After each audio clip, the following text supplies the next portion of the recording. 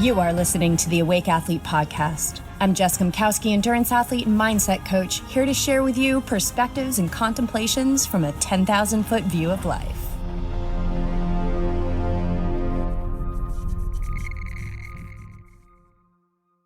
Welcome back to the Awake Athlete Podcast. Hello, coming to you from my closet. Okay, let's talk a little bit about being a master. Let's talk about the qualities of a master.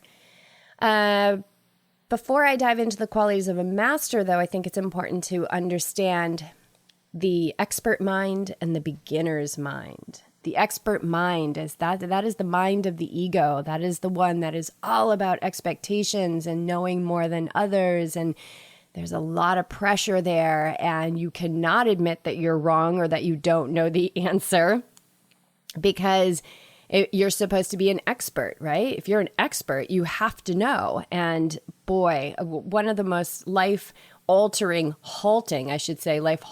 moments of my life experience was when my teacher in yoga teacher training, it wasn't too many days in, he said that I don't know is a high state of spiritual intelligence. And I was like, what? If I don't know something, that means I don't know something. And if I don't know something, that means I'm not smart. And if I'm not smart, that means I'm not enough. And so thank you very much, but I'm just going to stick to the 5 or so topics that I know a lot about, and I'll just continue to toot my horn for the rest of my life on those 5 subjects. And any other conversation, especially about things that I don't know about, I will leave the room. Okay, so that's where I was coming from. And then he introduced the beginner's mind, which at first I was like, who wants a beginner's mind? But a beginner's mind is always learning. A beginner's mind is open to all things. A beginner's mind has no pressure, no expectations. It's very intuitive. You're just having more fun when you have a beginner's mind. So the qualities of a master is the expert knowledge with the beginner's mind. So it's not about not having that expert knowledge, but are you doing it are you delivering that into the world from a place of pressure and shoulds and should nots, and I can't say this and I have to say this and I have to look like this? Or are you doing it from a beginner's mind, which is like, hey man, like this is me, and here's the message I'm here to share, and I've got street cred, and I know it's for someone. If it's for one person, if it's just even for me, it's all worth it. So the master has the expert knowledge and the beginner's mind. The master welcomes all things. Oh, I love that. That is a bold, massive statement to bring into your life. Like, am I welcoming all things? Do I welcome all things? Where am I fighting? The master understands all sides. It takes the perspective of all perspectives. And we know from a Harvard study in 2011, we know that 20 minutes of meditation over the course of 8 weeks developed more gray matter in the brain, meaning more connectivity in our ability to absorb, to take in the perspectives of others. So meditation, yeah, okay. Do I need to say anything more? I'll say it one more time. Okay, meditation, yeah, okay, just do it. All right. And the master is always in wonder. The master is always in inquiry. The master is in those qualities of the higher mind. So a way to look if you're in that expert mind or that beginner's mind is always like, such an important question to ask is, what is the state of my mind right now? And when we look at the ego from the place of mastery, we see that the ego, because there's only one, and that is a capital O-N-E. The ego is love. It's love. It doesn't present itself as love. It presents itself in a way that promotes separation, but it's actually crying out to be met with love. So the master doesn't get mad at the ego, right? So here are some things that I say the ego, and I shared an episode about the ego and an experience that I had, and here were some of the other things that were not in that episode that I was assisting the ego and myself and my higher intelligence, my lower self, everybody, the big O-N-E, was that I find a lot of help in self-dialogue.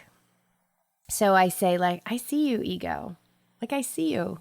I feel your desperation. I see that you're scared for me. I see that you want to keep me out of discomfort. I see you. But it's okay. I got you. I got you.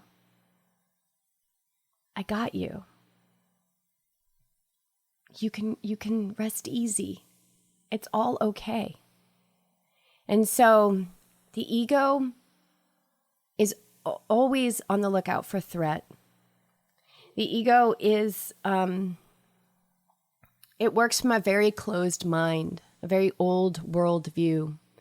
And it believes that it's out there in the world all by itself. And so it will be fighting for its survival. It will be fighting to be right. It'll be fighting for all of the things that the master does not fight for, because the master is always learning. There's nothing to defend. For a master, there's nothing to defend.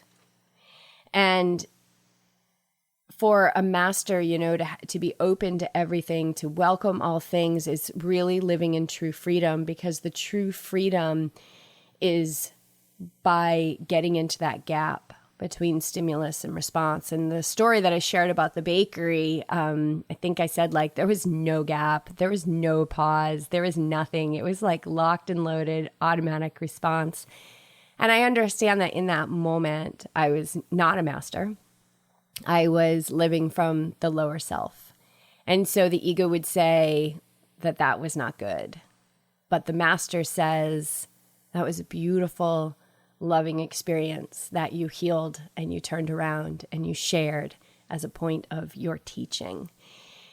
So yeah, we got to love the ego. There is a quote from Course in Miracles that I love, and it's, every loving thought is true. Everything else, no matter the form it takes, is a cry for help and healing. And that, I think, is the high self and the low self. The higher self is always looking for the loving story, living the loving story, telling the loving story. And the ego is always crying out for help. And it does that through anger and frustration and rants on Facebook, talking about what people should and shouldn't do. And to walk the world from that ego is to walk the world unawakened. The most important thing that it shows us when we walk the world unawakened is that we're walking the world in fear. We're walking the world in fear. And my goal, when I learned that, I don't know how many years ago, it doesn't matter, I immediately said, I walk this earth without fear. And I have put myself in many situations to make good on that intent and that decision and that commitment to living. And for me, mastery is the highest priority. And mastery is a moment-to-moment process. So notice when you're closed. Notice when you're constricted. Notice when you're under pressure to deliver the right words. Notice when somebody needs to be punished. Notice when you're judging them. Notice when you're doing that to yourself. Notice when you're overwhelmed with feelings of guilt. You guys, this is all the ego crying for help. It's crying out for help. Meet it with love. Meet it like a master.